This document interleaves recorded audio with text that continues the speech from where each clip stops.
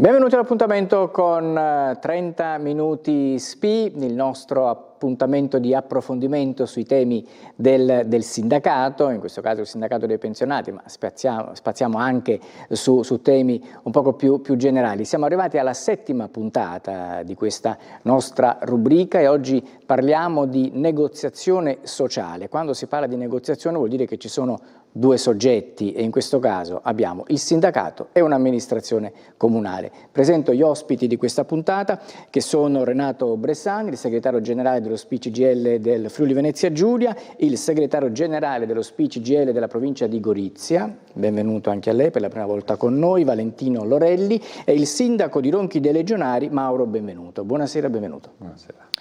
Allora, Bressani, parto da lei per inquadrare quello che è il tema. Correttamente, mi corregga se sbaglio, ho detto quando c'è negoziazione c'è una parte che negozia con l'altra. Certo. Di che cosa parliamo in questo caso? Beh, parliamo intanto di una delle attività che svolge il sindacato, in questo caso il sindacato dei pensionati, ma ovviamente assieme alle nostre confederazioni, quindi per quanto ci riguarda anche assieme alla CGIL. Voi sapete, lo abbiamo già detto in altre occasioni, noi facciamo soprattutto, come dire, un lavoro legato alla tutela individuale, quindi quelle pratiche che i lavoratori e pensionati vengono da noi per farle, dalle pensioni all'assistenza fiscale e così via, fino ai servizi sociali, ma poi facciamo anche quella che è la contrattazione per quanto riguarda le categorie degli attivi. I pensionati fanno quella che noi chiamiamo la negoziazione sociale. C'è una differenza ovviamente tra la contrattazione e la negoziazione. La contrattazione, come dire, si fa tra controparti, diciamo, ecco. La negoziazione invece si fa con le amministrazioni locali.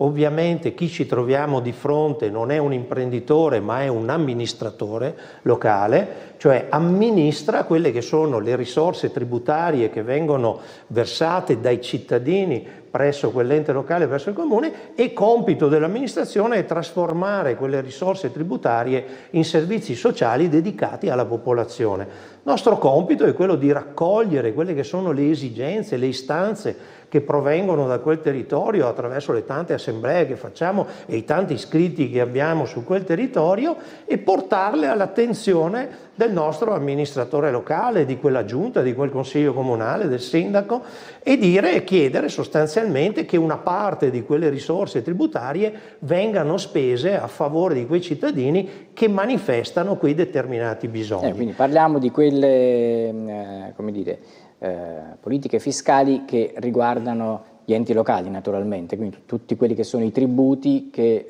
un comune chiede ai suoi cittadini, corretto? Certo, i comuni ovviamente hanno una capacità fiscale che gli deriva dalla legge, quindi possono in questo caso chiedere ai propri cittadini che vengano versate, come dire, le aliquote fiscali legate all'addizionale comunale IRPEF, all'IMU e a tante altre, alla Tari e a tante altre imposte e tasse.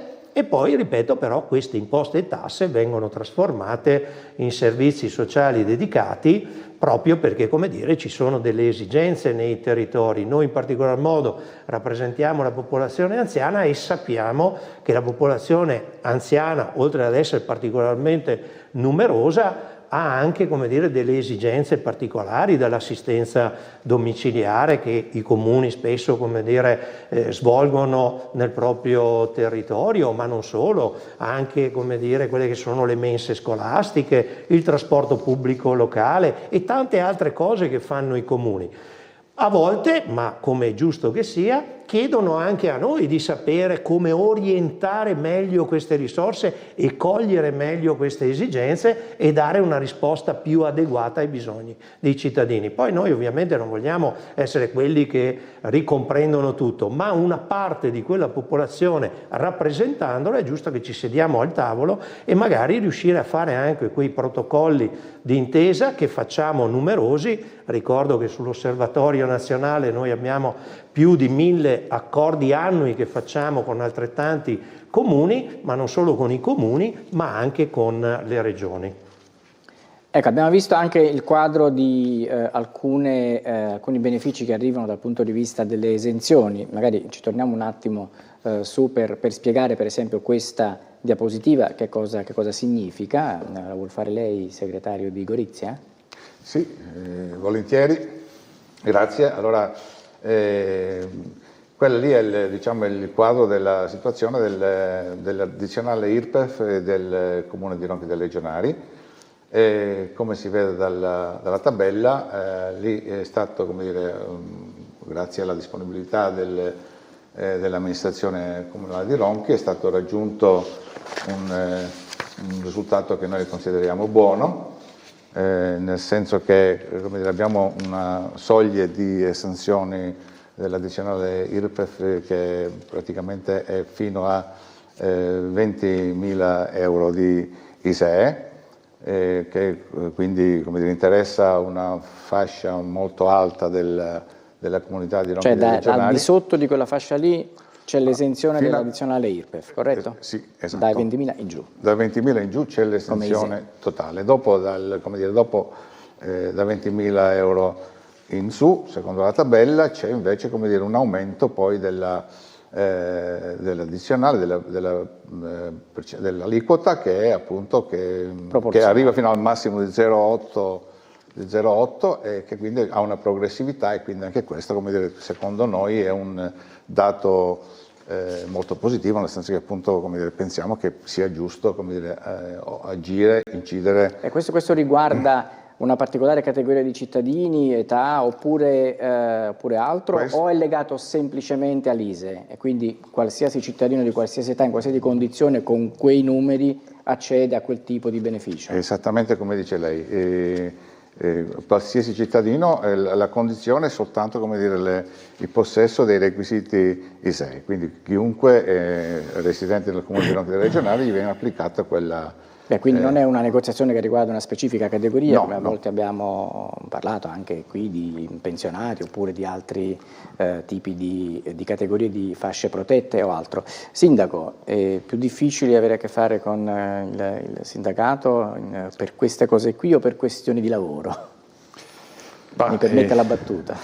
Credo che il rapporto con il sindacato deve esserci sempre, deve esserci una collaborazione e una condivisione di intenti, nel senso che, come diceva giustamente prima il segretario, conoscendo bene le esigenze di parte dei cittadini, riusciamo a trasformarle in benefici per la comunità. E per noi questo è importante, avere questo confronto per individuare anche gli accorgimenti o cosa possiamo fare nei confronti dei cittadini.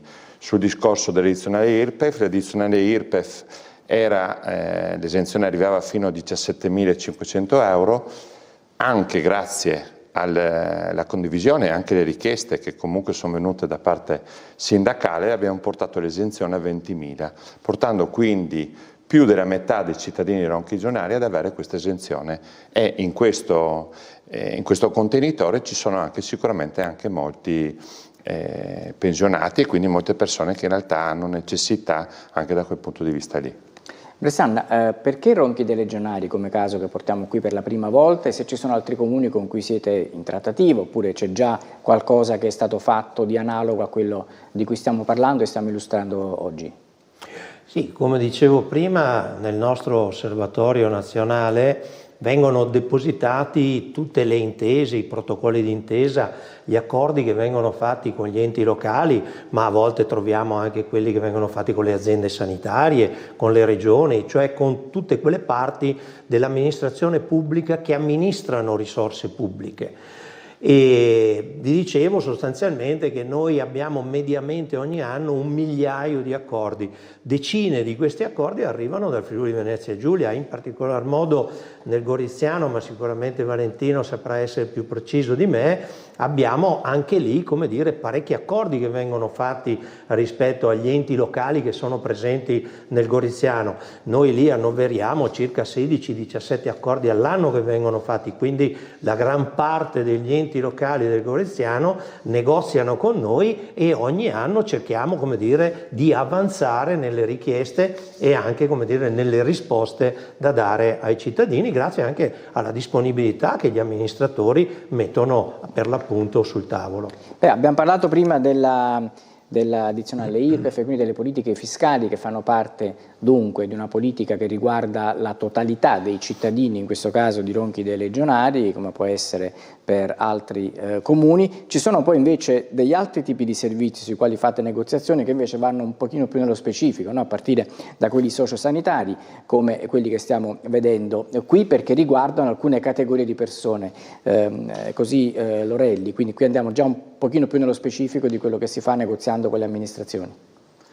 Sì, e questi sono, come dire, quelli che sono in questa slide sono alcuni aspetti, tra gli aspetti più importanti della negoziazione sociale. Ovviamente, come dire, ci sono fondamentale e per noi, come dire, sono fondamentali gli aspetti relativi diciamo, al servizio sociosanitario, ovviamente come si vede dalla slide, no? Anche se, come dire, nel nostro caso buona parte di quei servizi non dipendono direttamente dal comune, però, come dire, cerchiamo in qualche modo di trovare delle intese in modo da poter incidere anche presso... Per integrare quello che fa l'azienda. Per integrare e contemporaneamente come dire, per incidere presso le aziende sanitarie. Quindi per noi, ecco, nello specifico, il rafforzamento della medicina territoriale è fondamentale, nel senso che pensiamo che sia importantissimo, come dire, portare le risposte, come dire, alla domanda di salute laddove c'è, no? Quindi, come dire, sul territorio. E così anche naturalmente per quanto riguarda l'assistenza domiciliare integrata. Quindi, come dire, le cose sono ovviamente molto interconnesse e quindi, come dire, pensiamo che si debba incidere così, e quindi questo è il ragionamento che cerchiamo di fare assieme alle amministrazioni comunali con cui abbiamo rapporti. Poi ovviamente noi, oltre che con le amministrazioni comunali, cerchiamo anche la negoziazione anche con le aziende sanitarie e con gli ambiti territoriali sociali. Perché dobbiamo chiarire che alcuni aspetti prettamente sanitari competono all'azienda sanitaria, come abbiamo scoperto anche dai recenti colloqui tra sindaci, azienda sanitaria e regione sul problema della riorganizzazione del sistema sanitario. Sindaco, anche da questo punto di vista l'impegno per i comuni, perché poi i cittadini chiedono, no, di impegnarsi sempre di più per questo ambito che è quello della sanità, e a volte è complicato, no? Perché si vanno ad invadere delle competenze altrui, però in questo caso con l'aiuto anche degli spunti che arrivano dai sindacati si riesce a fare forse qualcosina in più di quello che è lo standard base che garantisce l'ente competente.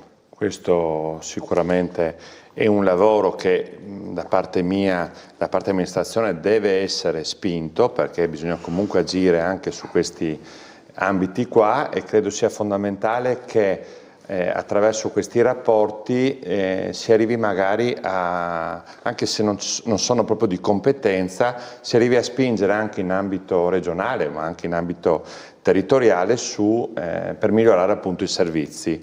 Da parte nostra come amministrazione comunale abbiamo voluto incentivare un discorso di trasporti sociali, per dire nel momento in cui abbiamo sentito anche l'esigenza di aiutare delle persone che sono più in difficoltà, e quindi lì abbiamo instaurato 2 convenzioni con 2 associazioni del territorio che sono sia Hauser che Spiraglio, e proprio tema di questi giorni abbiamo addirittura anche aumentato la parte finanziaria proprio per dare anche più spazio a queste associazioni, per aiutare delle persone che sono sicuramente in difficoltà, quindi persone fragili e persone che hanno delle malattie, in questo caso oncologiche, che devono andare a farsi curare in tutta la regione, e lì comunque attraverso queste associazioni diamo una mano anche come amministrazione, che per noi questo è fondamentale. Dove non arriva qualcun altro magari possiamo arrivare noi. Sì, un supporto attraverso l'attività sociale, in questo caso associata a quella sanitaria. Poi c'è il trasporto pubblico locale, che è un altro di questi aspetti dove il Comune può incidere forse un po' di più addirittura, perché ha una competenza diversa e maggiore. Anche in questo caso vediamo, vedo anche con lei Lorelli, vediamolo insieme questa diapositiva, si chiede anche nel trasporto pubblico locale una serie di iniziative e agevolazioni per chi ha necessità, per chi ha bisogno, chi è in difficoltà. Sì, sì in parte come dire, il trasporto pubblico locale dipende un po' come il ragionamento della sanità. Il trasporto pubblico locale, anche questo come dire, è competenza regionale, centrale, regionale, viene gestita attraverso dei contratti di servizio con le aziende del territorio, nel nostro caso la APT, TPL, FVG, SCARL. Però anche qui, come dire, pensiamo che sia fondamentale un ragionamento con le amministrazioni comunali appunto per spingere perché, come dire, il trasporto pubblico locale sia più puntualmente, come dire, dedicato e come dire, che dia risposta naturalmente a tutti i cittadini, ma in modo particolare ai cittadini che ne hanno più bisogno e che poi tra l'altro sono quelli che più lo usano, lo utilizzano e che sono, come dire, per buona parte sono le persone di nostro riferimento, sono le persone anziane. Quindi questo è un aspetto e quindi noi tra l'altro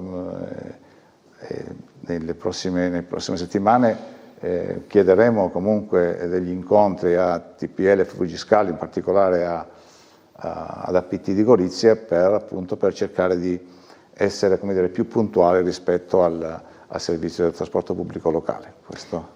Poi c'è un altro tema che è quello dell'invecchiamento attivo e andiamo ancora più nello specifico, no Bressan? Perché qui parliamo di categorie davvero molto più specifiche da una certa età in poi oppure da una condizione insomma, che richiede questo tipo di attività perché l'invecchiamento attivo è importante anche per tenere lontane le persone più anziane dagli ospedali e dalle varie patologie che possono essere prevenute, in alcuni casi anche direi un pochino curate attraverso attività fisica, attraverso lo stile di vita che va promosso con l'invecchiamento attivo.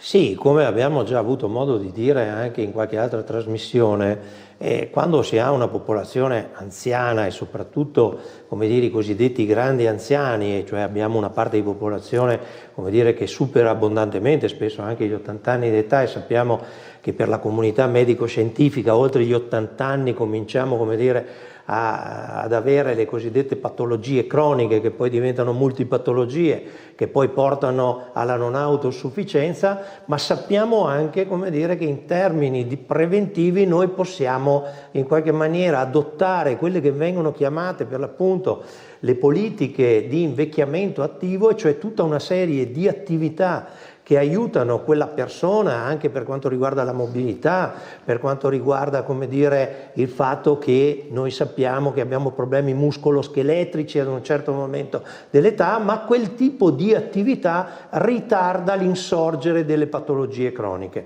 Ecco che allora anche con le amministrazioni locali, come è stato fatto con Ronchi dei Legionari, si individuano delle attività, come abbiamo ben visto prima, che aiutano questi percorsi con queste persone che ne hanno assolutamente bisogno, sono persone fragili, oltretutto spesso vivono una solitudine dove ai problemi muscoloscheletrici si accompagnano anche i decadimenti cognitivi.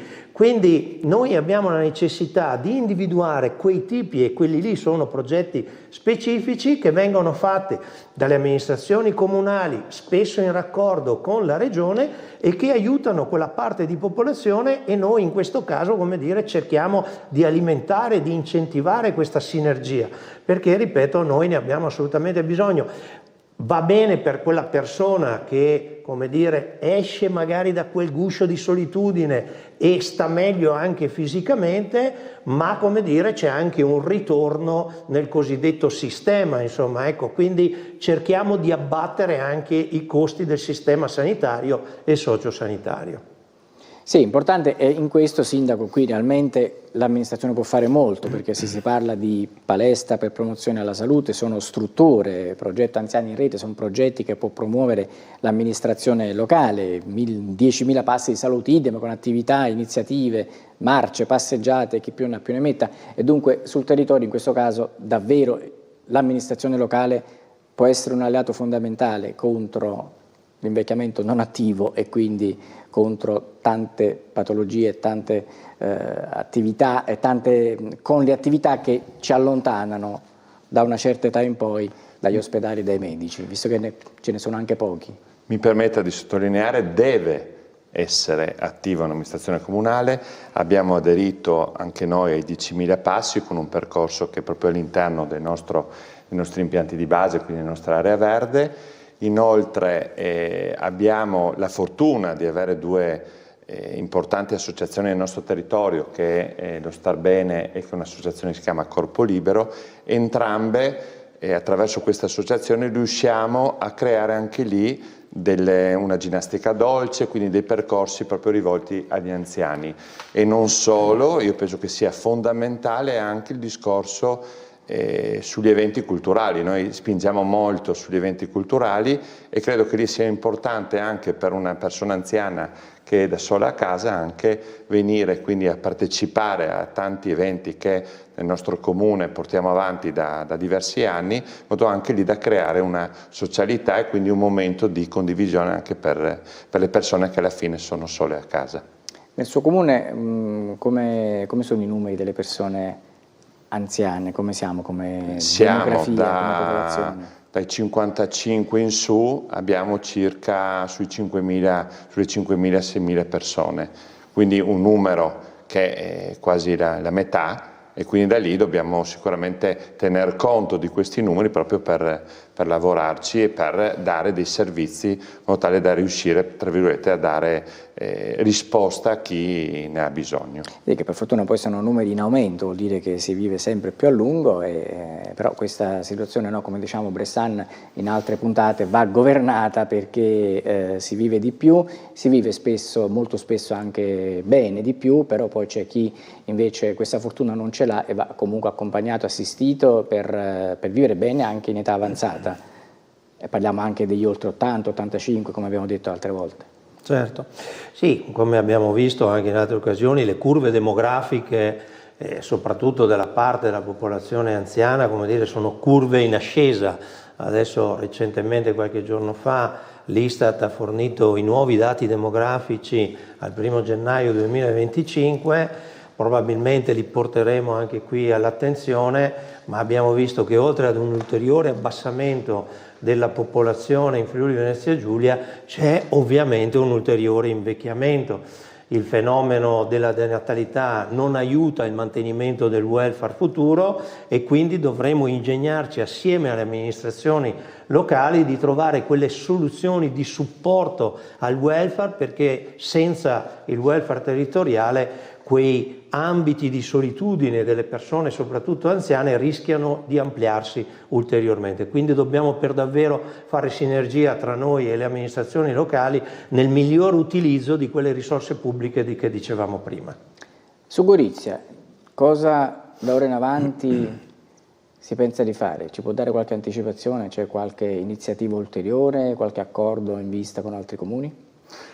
Sì, assolutamente sì, siamo proprio in una fase di incontri abbastanza fitti con le amministrazioni comunali. Abbiamo avuto subito un incontro con il comune di Ronchi dei Legionari, l'altro giorno abbiamo avuto un incontro con il comune di Bordeaux del Lago, lunedì e martedì incontreremo i comuni di Grado e di San Canziano di Sonso, quindi come dire, vediamo che c'è un grande interesse rispetto a questa nostra iniziativa e come dire, sì, assolutamente sì, ci andiamo... Si allarga la rete. Sì, si allarga la rete, noi come dire, adesso, come diceva prima il segretario regionale, noi abbiamo sottoscritto protocolli con 17 comuni su 25 della provincia di Gorizia, contiamo di allargare come dire, contiamo e speriamo di poter sottoscrivere protocolli con la generalità dei comuni,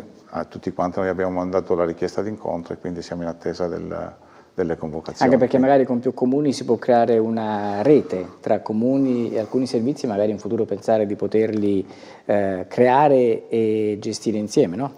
Assolutamente sì. Noi ottimizzare i costi anche di questi servizi. Ottimizzare i costi, noi come amministrazione siamo aperti a questi tipi di scelte, infatti abbiamo appena da poco aperto uno sportello della partecipata Isambiente, quindi della raccolta rifiuti nel nostro municipio, uno sportello che va quindi a servizio del territorio.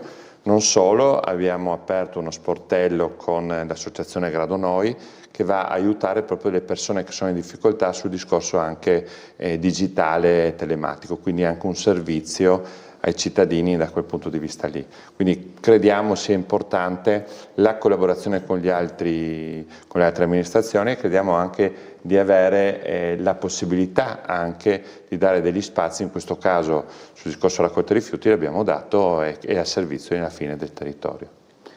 Bressan invece in linea generale dallo SPI CGIL FVG, prossime iniziative, attività delle quali magari anticipiamo anche qualche tema delle prossime puntate. Sì, intanto verremo qui con la prossima puntata con il presidente regionale dell'Auser. Come sapete l'Auser è l'associazione di volontariato sociale che fa riferimento alla CGIL, l'abbiamo costituita noi ormai parecchi anni fa, conta migliaia di associati. Io questa mattina ero all'Assemblea Generale Regionale dell'Auser per parlare con loro e faremo quindi la prossima puntata direttamente con il presidente Ezio Medeot che verrà qui, perché quel pezzo che diceva anche il sindaco di volontariato sociale nei territori è assolutamente importante. L'Auser è un altro soggetto, è un'associazione che fa molte intese con le amministrazioni locali proprio per le ragioni che diceva il sindaco, il trasporto sociale in particolar modo, ma non solo il trasporto sociale, le attività legate all'invecchiamento attivo che l'Auser fa e tante altre attività che tolgono da quella solitudine spesso gli anziani, come dire, è un fattore importante e noi crediamo anche di civiltà di una comunità che non abbandona gli anziani a se stessi, ma che anzi se ne prende cura. Sì, è importante anche stimolare i giovani a darsi al volontariato, perché quello che è stato negli anni, no? Il movimento dei giovani, poi anche meno giovani, che sono rimasti all'interno di queste strutture, di questa rete di volontariato, c'è un po' il rischio che si possa perdere, no, Sindaco? Quindi anche in questo i comuni devono fare tutto il possibile per provare a catalizzare l'attenzione, la curiosità anche dei giovani e portarli all'interno di questi movimenti per fare volontariato e fare delle opere di bene. Sono riuscito a fare qualcosina in più, sono riuscito a portare all'interno dell'amministrazione comunale, quindi come vice sindaco, abbiamo un vice sindaco di 25 anni e quindi penso che lì sia uno dei passi, una delle cose più importanti da fare, perché nel momento in cui fai entrare il giovane ha una visione diversa e questo fa creare anche attraverso l'associazionismo, attraverso qualsiasi cosa che giri intorno all'amministrazione comunale, la volontà proprio di attirare il giovane. Quindi nel momento in cui tu hai già qualche giovane all'interno dell'amministrazione, sicuramente questo è un punto di vantaggio e quindi creare alla fine anche dare una svolta anche il fatto, sappiamo tutti che dal punto di vista politico tutti un po' tendono a rimanere nelle poltrone, no? Non si schiodano dalla poltrona. Non si schiodano e quindi lì c'è stata una volontà da parte mia ma anche condivisa con... È stato bravo anche a trovarlo un giovane di 25 anni che volesse fare l'amministratore. Sì. Anche la volontà di venire, io era comunque una persona che non aveva esperienza all'interno dell'amministrazione, comunque abbiamo dato questa opportunità, abbiamo detto portiamo questa sfida, diciamo, diamoci coraggio e penso che anche ormai siamo quasi 3 anni, sicuramente è stata una persona capace, una persona che ha saputo sicuramente dare una linfa anche nuova anche alla Giunta e quindi penso che sia fondamentale anche il ricambio generazionale. Bene. Grazie, io ringrazio Renato Bressani, segretario generale dello SPI CGIL FVG, grazie anche a Valentino Lorelli, segretario generale SPI CGIL di Gorizia, e grazie al sindaco di Ronchi dei Legionari, Mauro Benvenuto. Grazie a voi. E grazie a voi per averci seguito. Ci vediamo per la prossima puntata, che sarà la numero 8 di 30 Minuti SPI. Arrivederci.